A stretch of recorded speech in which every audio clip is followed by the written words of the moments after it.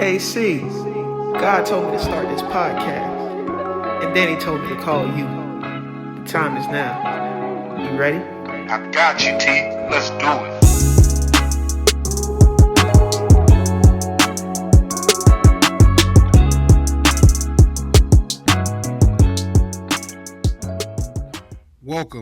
Welcome to the inaugural episode of the Mental Locker Room Podcast. And I know you're probably thinking, what's the Mental Locker Room Podcast? Well, this is a space for former athletes turned entrepreneurs and industry leaders to inspire athletes to find identity, purpose, and legacy and mindset beyond the game. And for our first episode, we thought it would be a very good idea to let y'all into the mental locker room and figure out why did we decide to do this podcast and who we are as individuals. So this is part one of a two-part series. Today I am sitting down with the incomparable Tesh Johnson. How you doing today, Tesh? What's good? I'm doing blessed, man. Blessed by the best, highly favored. Hey, blessed by the best and ain't settling for no less. My father-in-law say. Can't.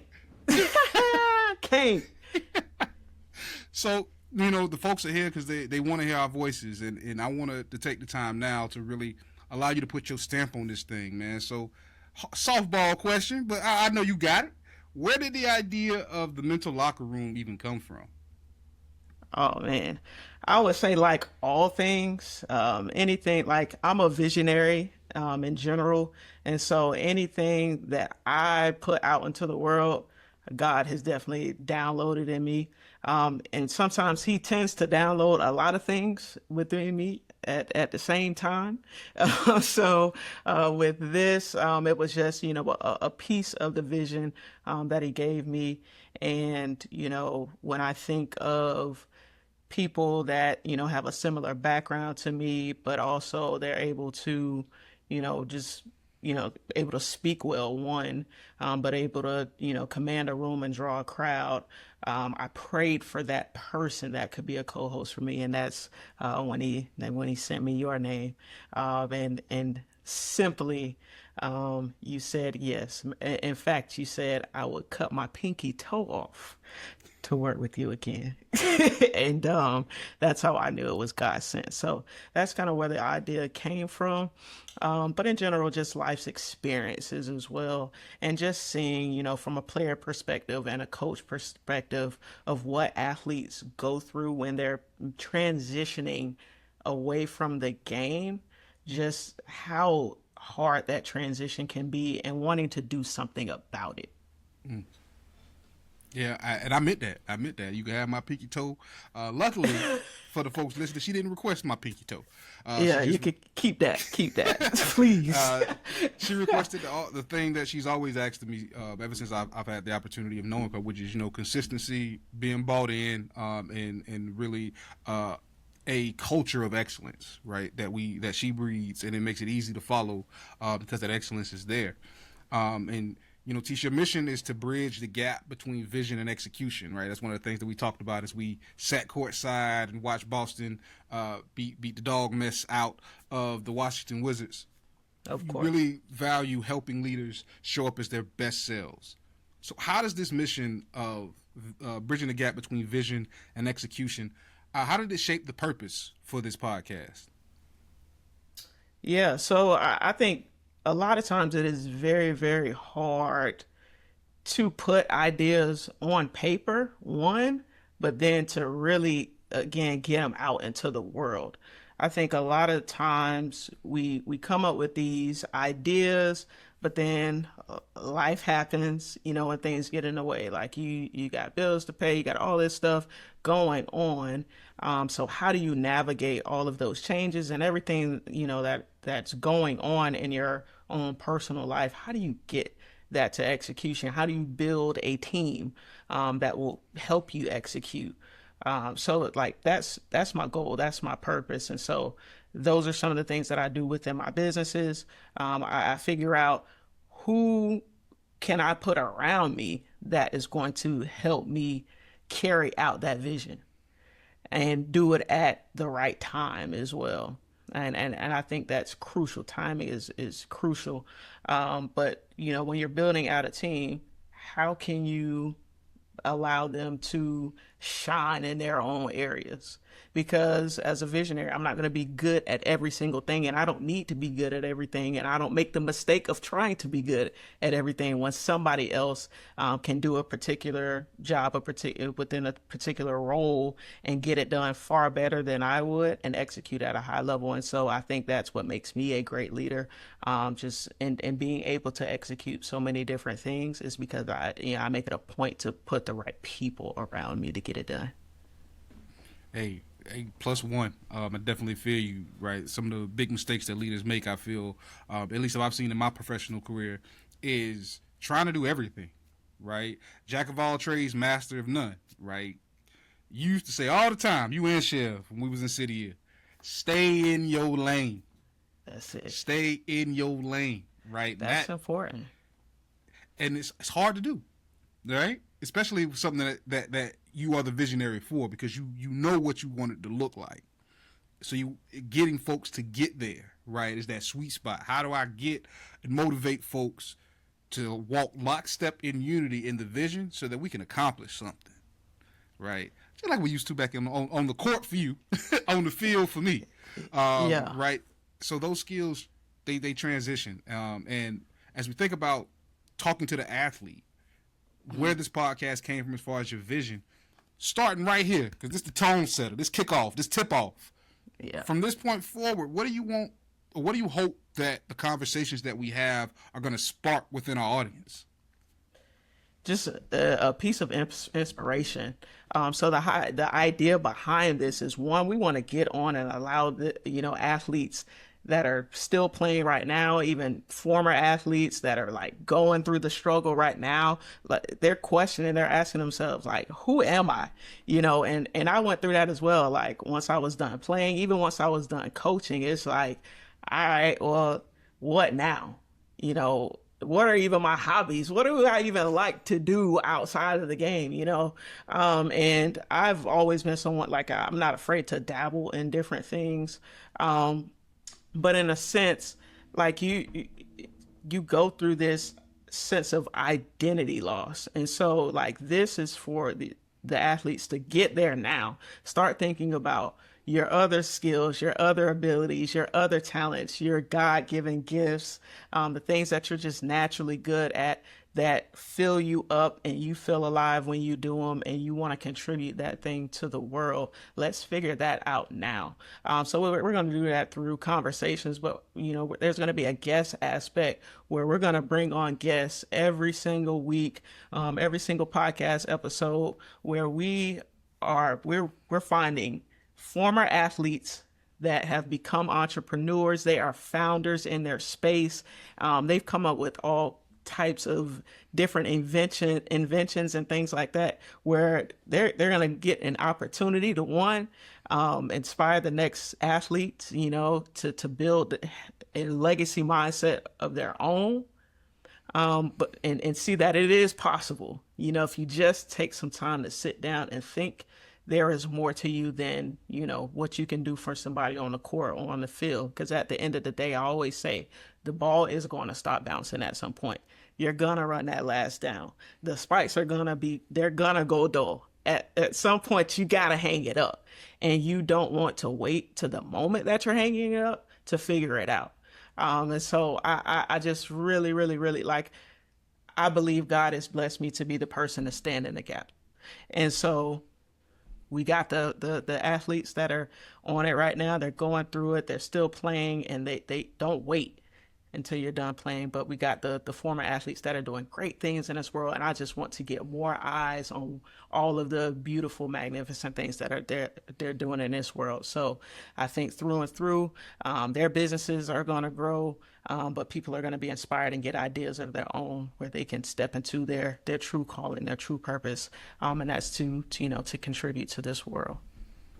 You said that legacy building, right? That stuck with me, right? It really hit me in the feels when we think about legacy. Yeah. Part of building that legacy is knowing who you are, right? Yeah. And what you stand for. And you're somebody who dedicated much of your identity to basketball. Before you discovered that, just like on the court, you have the ability to inspire people outside the court. So could you take the listeners back, way back, back in time to an early defining moment in your athletic career that you feel like shaped who you are today. Yeah. So when I was in college, my junior year, I mean, I was killing it on the court, and it was really like only my second year on the court because my freshman year I didn't play, and I transferred to from Florida to Flagler, and so it was really just my second year on the court. But my junior year, we had gotten rid of a lot of cancer that was on the team and all of that, which coach came to me and she was like, because we had a terrible year that first year. We won 4 games. And I remember before the season started, we on the court, we on the track, 5 a.m. in the morning, something like that. Sun ain't up. And like the team is just not responding.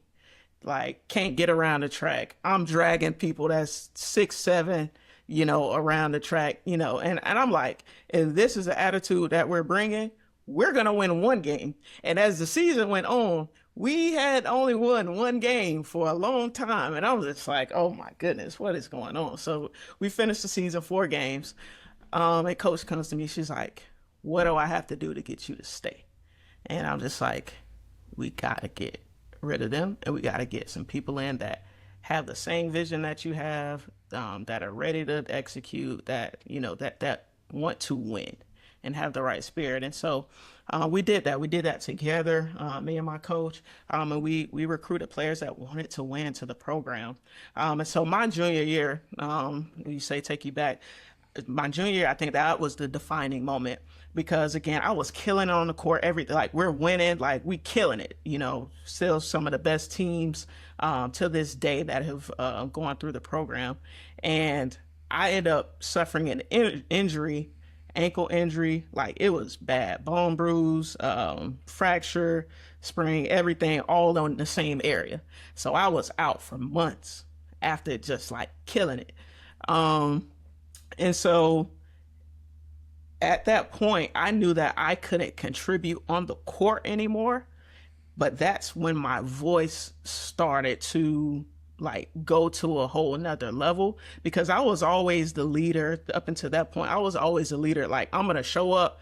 I'm going to do what I'm supposed to do. I led by example. But when that happened, I had to speak up more. And so I will always remember when the team, like I'm in the locker room before a game and the team comes in the locker room, in the training room, I'm sorry. I'm on the bed getting treatment before a game. I know I'm not playing, but I still got to get my treatment in. And they come in there while I'm laid out on the bed in order for me to do the team chant to get them ready for the game. And I'm like, that's my purpose. I'm going to bring the potential out of everybody around me, even when I can't do anything. So even as a coach, I know I wasn't going to be able to get on the court and do anything, but I can say something and I can coach somebody to greatness. And I think, that's what sticks with me and that's what carries me through life now. Just being able to pull potential out of people and allow them to realize how great they really are, whether it's sports or whatever. So it sounds a lot like that bit of adversity kind of you had to change your mindset a little bit. You had to move from, y'all gonna follow my lead. I'm going to show up early, leave late, watch film, eat right, and my teammates are gonna do the same thing. And then you got hurt, you was like, leading by example looks different now because I can't go out there and play, right? So that leadership is kind of dead. But there are other gifts, right, that came out of that adversity. That I know folks listening can feel that. We athletes, we get dinged, right? Even in folks that don't play contact sports, at some point, something gonna happen, right? And how do we bounce back from that? It sounds like don't remind me, man, because Jason Tatum going through it right now. He ain't by himself. Halliburton, Dane, But the piece you just shared really reminded me of I was watching the Kevin Hart little show he has where the athletes get into the tub, ice, And Lamar Jackson just said the same thing. He said, when I first got in the league, I was a lead by example person. And as I matriculated through the league, 2 MVPs later, should have had a third. I've been on the cusp of the Super Bowl multiple times. He was like, I realized I got to say something now, right? These guys are looking for me to say something. And that's a gift, knowing when you need to talk and when you just need to lead. Absolutely. Absolutely. So, thinking about that, right, and how this is a lesson that you was able to take with you once you became a civilian, right? That's what they call. Yeah, right. Well, you know, when we transition from being an athlete to a regular old civilian, boy, it can be disorienting. Like, my identity is that I'm a football player, I'm a basketball player, but that ain't. You said it earlier. That ain't forever. So for my folks who are on the cusp or thinking about how life gonna be different in a couple of years, a couple months, what were some of the most challenging parts of your journey? And did you begin to uncover your new purpose once you hit civilian life and had to figure it out? Yeah, like for me, it was all I knew, like coming out of college, was I like to work with kids. That's all I knew. and I'm like, okay, I'm gonna do that. And that's like, as soon as I graduated, like I started, because while I was still playing, the reason I knew that I like kids was because I would work at a summer camp. So every summer, I get to go back home, make a little money working at I was a youth camp counselor. So that's how I knew I liked working with kids. But once I graduated college, I started coaching naturally, because I love the game. And I started at just like I don't know, it was like a 2 or 4 week basketball camp or something like that. And, you know, one of the parents at the end, because the kids just love being in my group and love the camp so much, she gave me a $25 Publix gift card. And I said, well, I'm on to something. I'm on to something. We ain't got no Publix around here. Never mind. But yeah, man. And it's just like, okay, this is something where I'm not expecting anything. I'm just going in, being myself, spreading love, spreading joy, allowing these kids to have fun, and I'm good at it just naturally. And so I think that like that plays a part in it. And so from then on, that's all I was doing. Like everything that I've done, it had to do with, you know, people that were where I could sow something into them because they are in a place that I have been and I have overcome and things like that. So that's what I look to. So yeah, I would say it was a challenge initially because you're trying to figure out, okay, like where do I go in terms of career path and things like this? Because a lot of times we can follow our passion, but initially that passion may not pay you a whole lot. Like I definitely wasn't going to survive life off a $25 Publix gift card. You know what I'm saying? And so that, you know, just trying to balance those things, but, you know, you don't want to be unhappy in life. And I you know, there was a point, and I think, you know, we might talk about it a little bit later. Like I went into law enforcement just because I like to help people. But it was then where I went into a deep depression because I realized I'm a relationship person and I don't want to judge somebody before even speaking with them or having a conversation with them. I don't want to see the worst in somebody before I even know who they really are. But that's something that'll get you killed in law enforcement. You know what I'm saying? You need to think like that. You need to think the worst of somebody, and then let them prove that they're not this thing. You know what I'm saying? And that's just not me. That's so, you know, finding things that match your personality, and what you were, you know, sent here to do. I think is super important. So that's something that I went through for sure. Just matching my personality with different things. You know, that makes me. I got a question I need to ask. You know, so when you were in this position in law enforcement that kind of went against the things that you feel like are a strength of yours, right? The relationship building and then leveraging those. Yeah. Was there a time where you felt like, I ain't finna make it? I ain't finna make it through maybe the academy, or maybe I'm not finna make it through another month as a police officer. How did you navigate, those experiences? Yeah. I think like everywhere I've gone, I've been in a leadership role. So even in the academy, I was a squad leader. And like that filled me up. Yeah, everybody didn't make it through. I don't even know if half the class still in the force to this day, but I know like the hard day, like getting up early, leaving late, pushing through. Like I tell people all the time, that was the best shape I've ever been in my life. And I've been a collegiate athlete, all that. The academy, no joke. We were the best. It was the best, the most well-known academy in the country. And so in the academy, I'm killing everything. You probably see over there in the cut, like I was top of the class, hey, I ain't dumb, So even since high school, I was the class salutatorian, still a little mad about that. Should have been number one if I cared, and Mr. Oz would have told me before he told me that I couldn't do it. That would definitely been. And at least Delgado, good job. Anyway, clap it up. But yeah, I graduated. I never made less than 100% on each written exam or anything. All the other whatever they call them, driving, all of that we had to do. People don't know till this day. I failed the first time. I failed the firearms test. Man.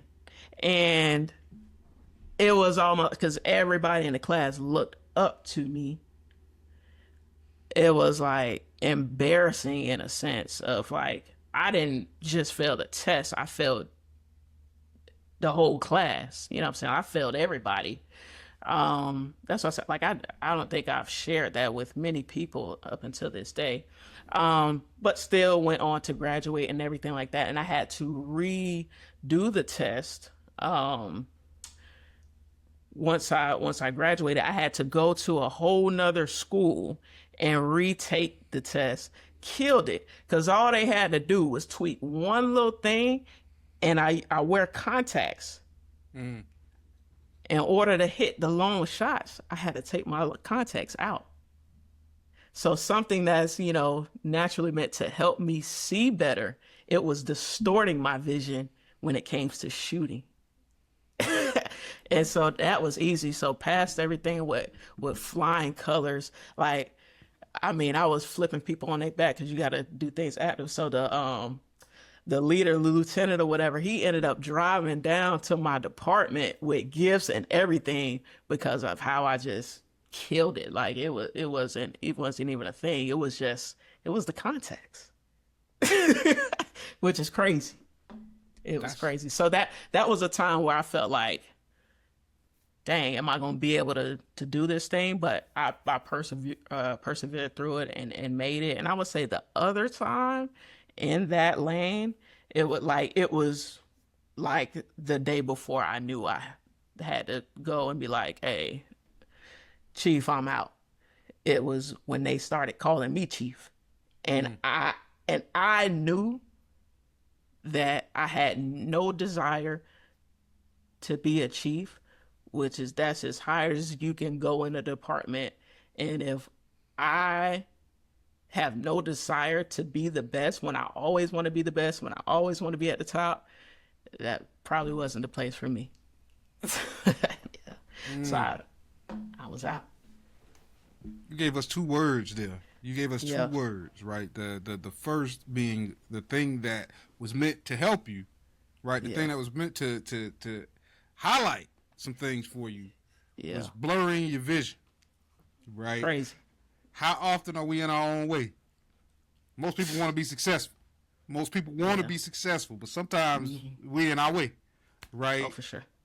And then this idea that I want to be the best. So if I don't see myself in whatever the best is here, I don't need to be here. I need to be somewhere where that motivation that I have to always be at the top is something that I also have in whatever station that I'm in. I want to be the best X, Y, and Z.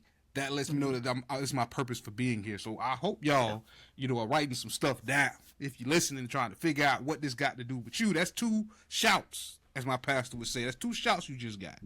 All right. so hold that. Hold that. I almost jumped out my seat myself. Well, I was like, woo! That contact one was deep. Yeah. So as we thinking about, keeping in the same vein of how, it ain't always the wins that's gonna give us the lessons. And we know that athletes are gonna struggle to figure out who they are, what they want to do after the game ends. Because you have the experience that you have, what would you tell them to help them reframe their mind in the midst of this transition? Oh, reframe their mind, man. Like it's definitely all about mindset for sure. So if you I have this talk, when I'm doing keynotes about purpose and, confidence and things like that, and you'll get athletes, if, I'm doing a Q&A session or something, they refer to themselves as just an athlete. And I think it starts there. Like words are powerful. So if you see yourself that way, that's what it's going to be.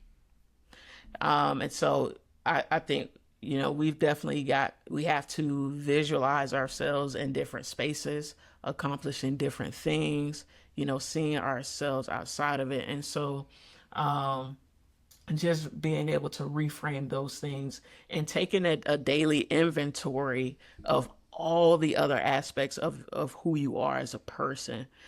So whether that's you're a son, you're a daughter, you're a friend, you're a sister, you're a brother, all of these things matter. And then so take an inventory and you ask yourself daily, like, am I giving those things the attention that they need? Am I pouring into those spaces as much or more as I'm pouring into the athlete side of me? Because if we're neglecting all of the other things that we are, then we never get to realize and become all the things that we were designed and created to be. So if, I'm somebody's fiance, am I giving them the attention that they need? Am I asking them questions? Am I spending time with them, making sure that I'm getting ready to become the husband or the wife to this person that I'm supposed to be? And is my idea of that husband or wife the same thing that they think it should be? All right. And that just goes through conversation. So really taking an inventory of all of these things. And then again, taking inventory of gifts and talents. So sitting down and saying, okay, what am I naturally good at? Do I like to draw? Do I, where am I creative? I think we are all creatives, because we came from a creator and we are in his image. And so if the first thing he did was create, and that's how he was described, as a creator. And so if we are that, figure out, all right, how am I creative in my own right? And I think that in itself takes you very, very far.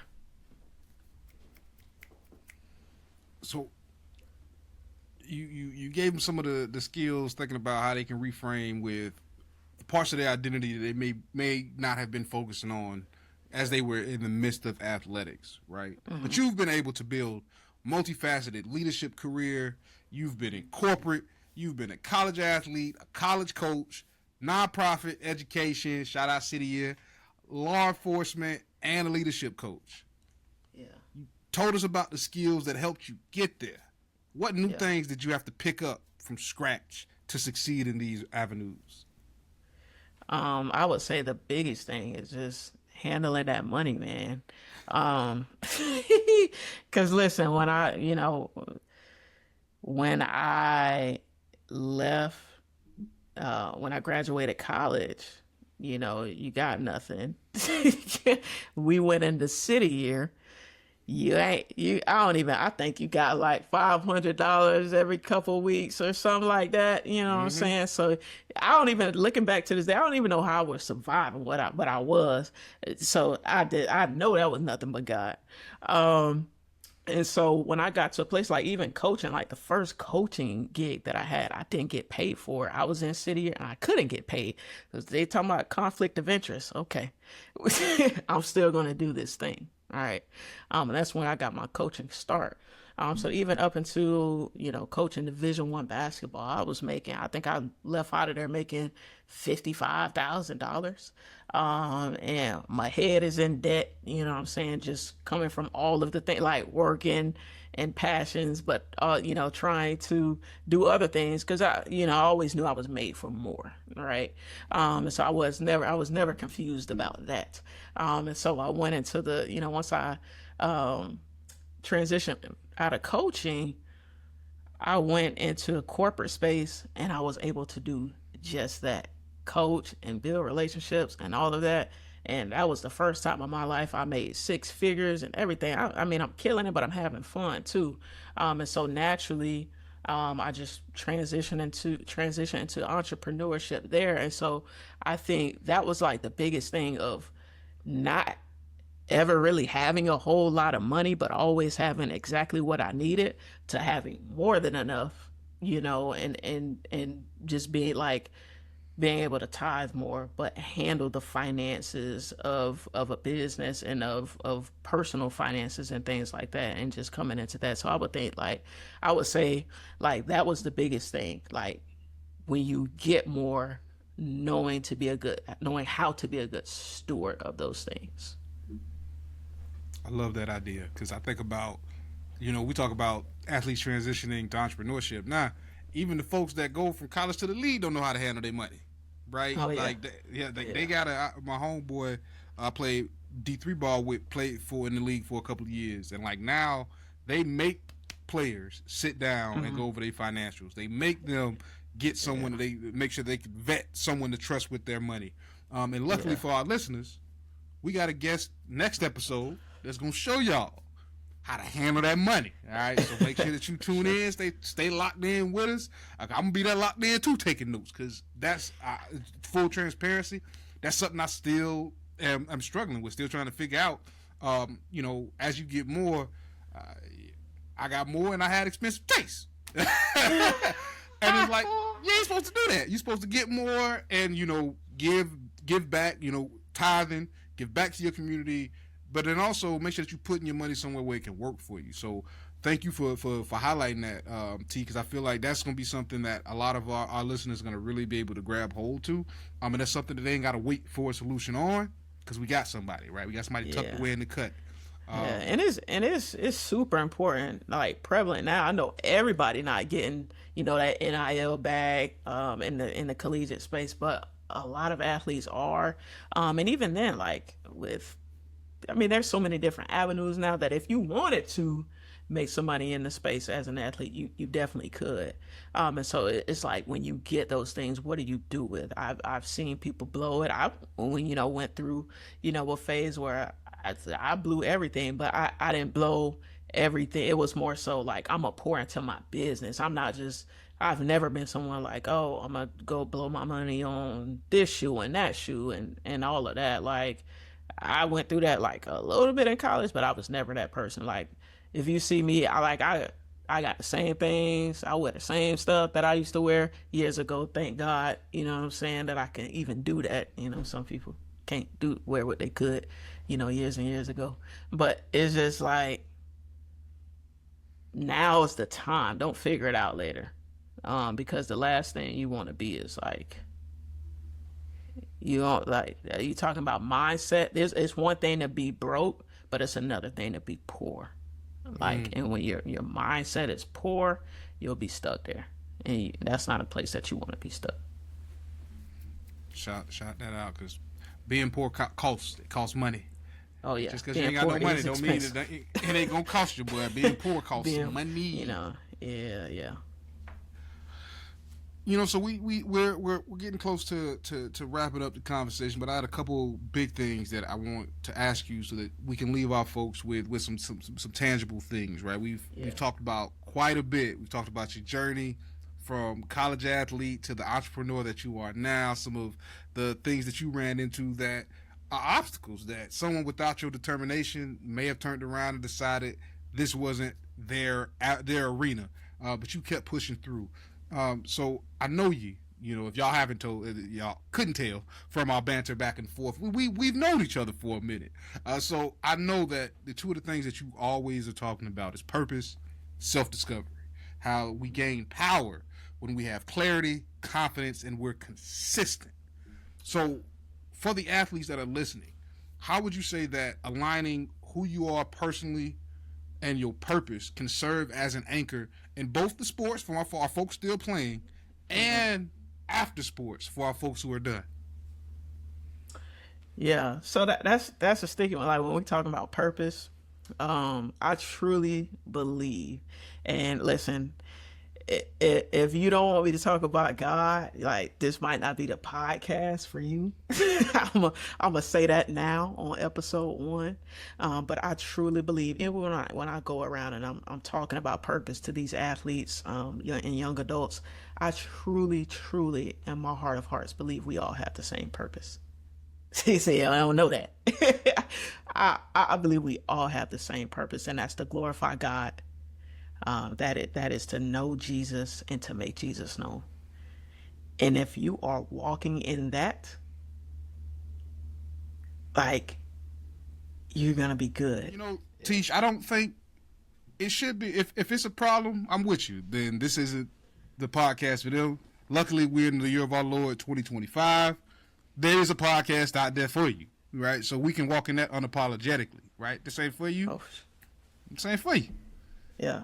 I'm here to make Jesus known. So, Listen. I'm gonna walk. Hey, no, there's nobody that's gonna stunt my purpose. So we here. And if you don't know him, you know what I'm saying, this is the place for you.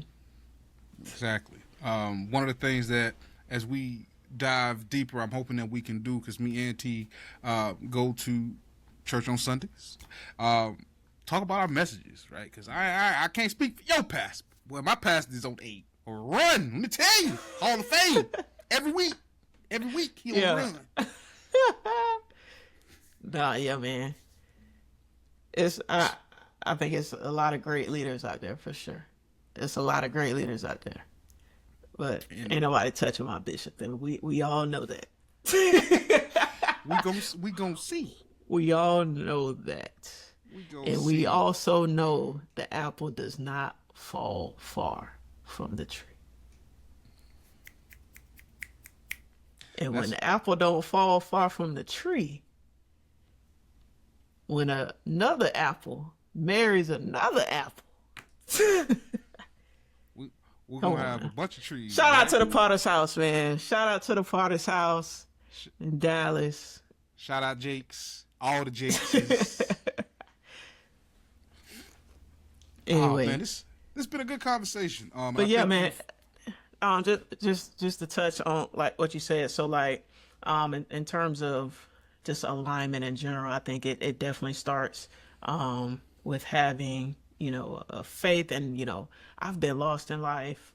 I've lost myself. I've lost who I was. I've lost who I thought I was, and all of those things. And I've lost stuff. And I think the faith journey that you go on is important. And so like you're gonna go through a breaking, and you need that, and you may go through multiple breakings. And I say rejoice in all of it. Rejoice in all of it. So yeah, man, just in terms of just alignment, like intangibles and things like that, I think it's important to know who you are and whose you are in terms of identity and purpose. But also, like I said, really take an inventory of your life and the things that you enjoy, the things that you're passionate about, the things that you're naturally good at. Take an inventory of those things.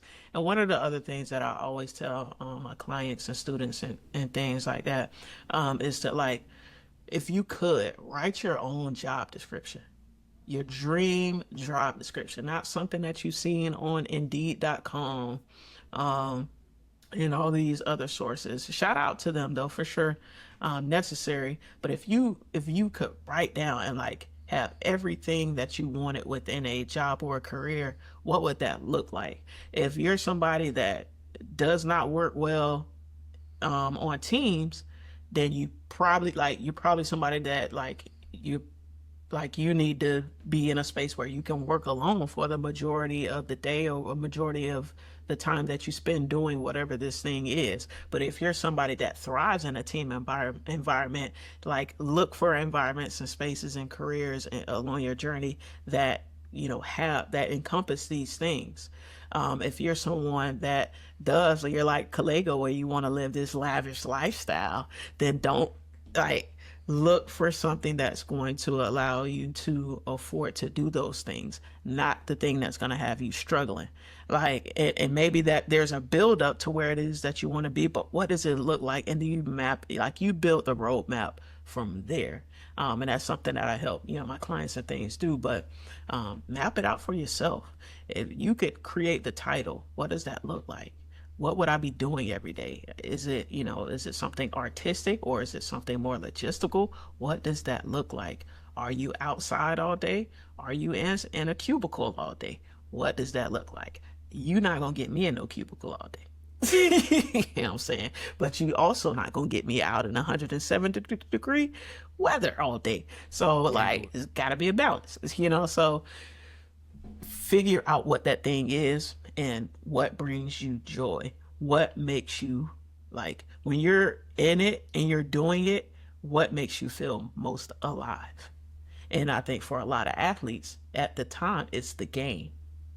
So what else do you enjoy? Figure those things out as early as you can. And I always say, and you love when I say this, find yourself before you get lost. And there again is your shout. If you was waiting for it, that's your shout. This has been, I hope for the listeners, this has been as fruitful of a conversation as it has been for me. I felt like he was talking directly to me, T, even though we got an audience of folks listening to the podcast. It was a lot of nuggets and things that you need to be considering as you make your transition, as you go out and fight this big, tough world out here. Know that you ain't got to do it alone. Know that bumps and bruises, they happen, right? We take our licks and we keep pushing. And if you don't take anything else away from today, know that the mental locker room is going to be a place for you. Right? If you're still trying to figure it out, we are creating and cultivating a space to tell the stories of those who don't always get their stories told, and we're appreciative for all of our listeners. So we got some affiliate links down in the bottom for some different things that Tesh is a part of to help you get that clarity, that confidence, and that consistency. Right? And then also you can connect with us on our socials, the Mental Locker Room Podcast on IG, Threads, and Tesh, because you got a whole bunch of socials. So if you want to tell the folks, so I can make sure that because I want y'all to know, I get her socials wrong at least 2 to 3 times a week, and because I'm trying to pull back from social media. Yeah, he's the college professor and can't spell my handle. My name ain't changed. Nah, but yeah, y'all can find me on all social media platforms, either at Tesh Johnson on those that just have the name, but in terms of the handle, Tesh Johnson 2, the number 2. I'm first. No, I'm sorry. God's first. I'm second. You're Tesh Johnson 2. All right, family. Thank y'all for sitting and chilling with us for the inaugural episode of the Mental Locker Room Podcast. Make sure that you tune in next week as we are talking to the incomparable Miss Rolanda Hayes, and she's going to teach you how to get that credit right, and not just how to get that credit right, how a lot of folks will be out here like sending letters. She's going to teach you how to get this business credit so that if you weren't an athlete turned entrepreneur, you finna get all the tools you need to be an athlete turned entrepreneur. So I've been your boy, Dr. C. I'll let my girl do her outro. Man, you know what it is. The voice of the introverted leader, Tesh Johnson. Hey, man, yeah, y'all get on my website. If you're looking for a coach and you're not quite sure how to tap into your calling, and we have different callings within different seasons. If you're not sure how to tap into that, or you need some mindset work on confidence or anything like that, hit me up, tshjohnson.com. That'll be in the description as well, be linked. So, you've been rocking and rolling with us all episode. We're going to see you next week. Y'all be good people. Peace.